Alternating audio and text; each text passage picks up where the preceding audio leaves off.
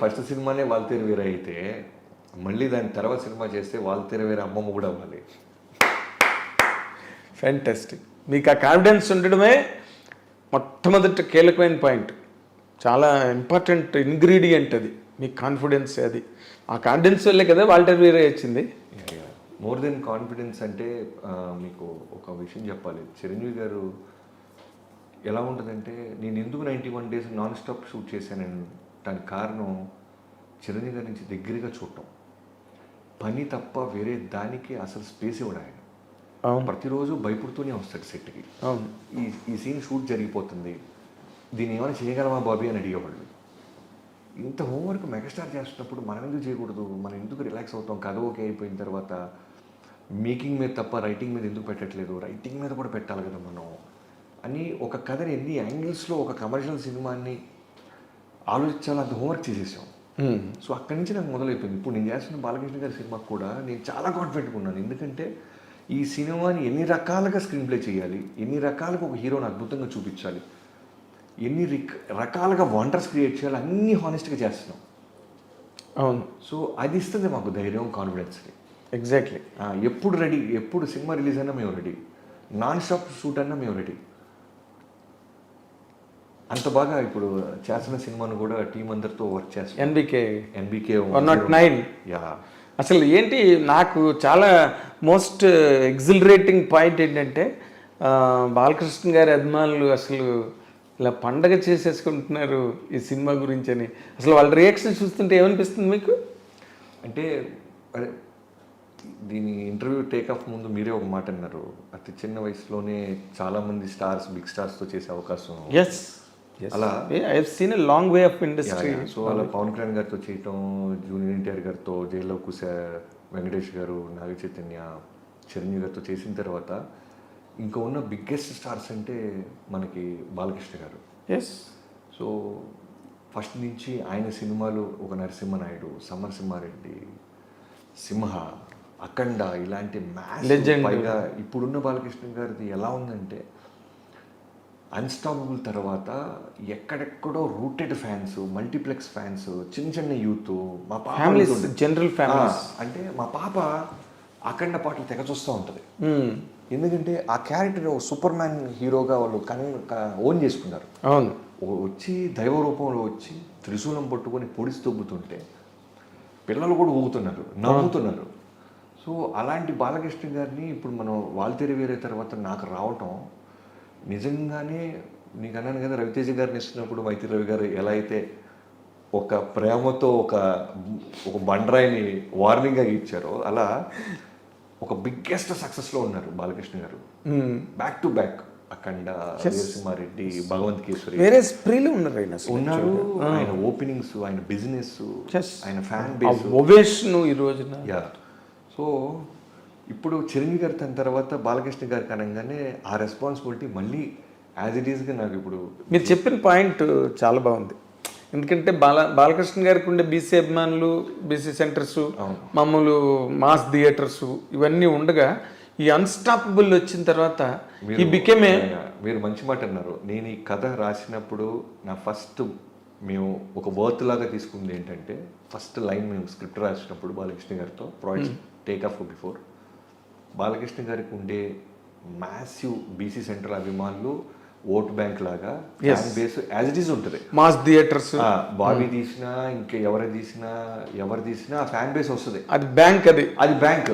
మనం ప్రత్యేకంగా, సో నేను యాజ్ ఎ డైరెక్టర్గా బాబీ అనేవాడు ఒక ఎక్స్మార్క్ క్రియేట్ చేయాలంటే అన్స్టాపబుల్ ఫ్యాన్ బేస్ని కూడా నేను తీసుకురావాలి, మల్టీప్లెక్స్ ఫ్యాన్ బేస్ని నేను తీసుకురాగలిగితే ఆయన ప్రీవియస్ సినిమాల కన్నా మన సినిమా గొప్పగా కనబడుతుంది, ఎక్కువ స్కోర్ చేస్తా.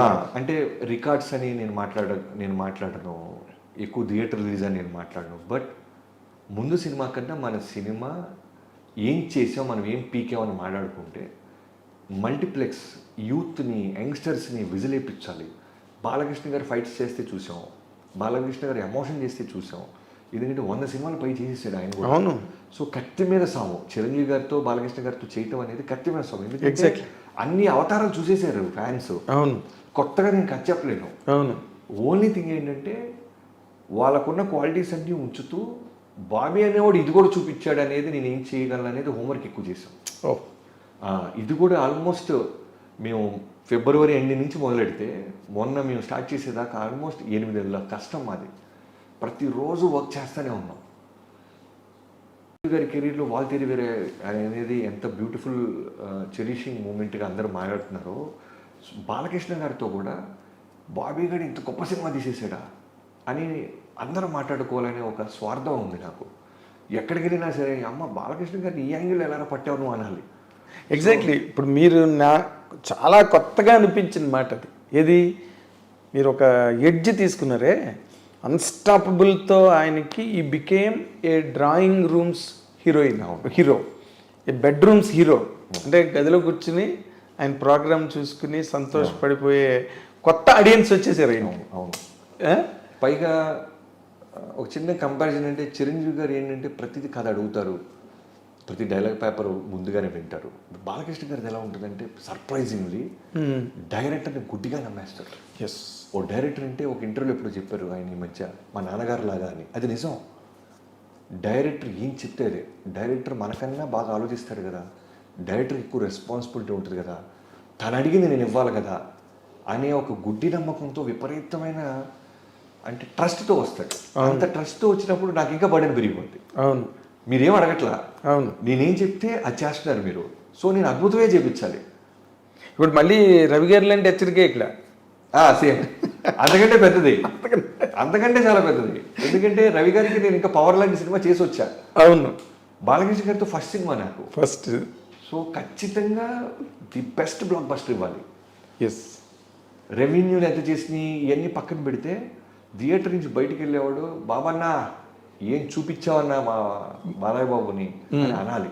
ఎస్, అదే ఇప్పుడు నేను ఇందాక అన్నమాటే అభిమానులు, మీరు ఒక చిరంజీవి గారి సినిమా చేసి వచ్చిన ఒక డైరెక్టర్ని వాళ్ళు బాగా ఎవరి హీరో వాళ్ళని గొప్ప అనుకుంటారు కదా.